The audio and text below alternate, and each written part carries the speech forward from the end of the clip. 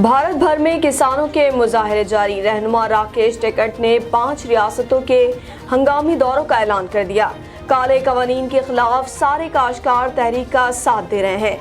किसानों के एहतजाज की रिपोर्टिंग को कवरेज न मिलने पर भारतीय सहाफ़ी सेख्पा हो गया है। किसान मोदी सरकार के खिलाफ डट गए। दिल्ली के इर्द गिर्द धरने जारी हैं।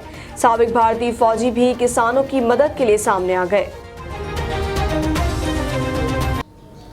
मुजाहिरीन के लिए पंखे बना बना कर धरनों में बेचे जा रहे हैं। साबिक फौजी का कहना है कि किसानों को गर्मी से बचाने के लिए अपना हिस्सा डाल रहा हूं।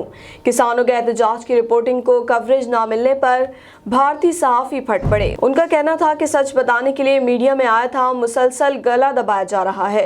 मेरठ में पंचायत से खिताब के दौरान इस्तीफे दे दिए।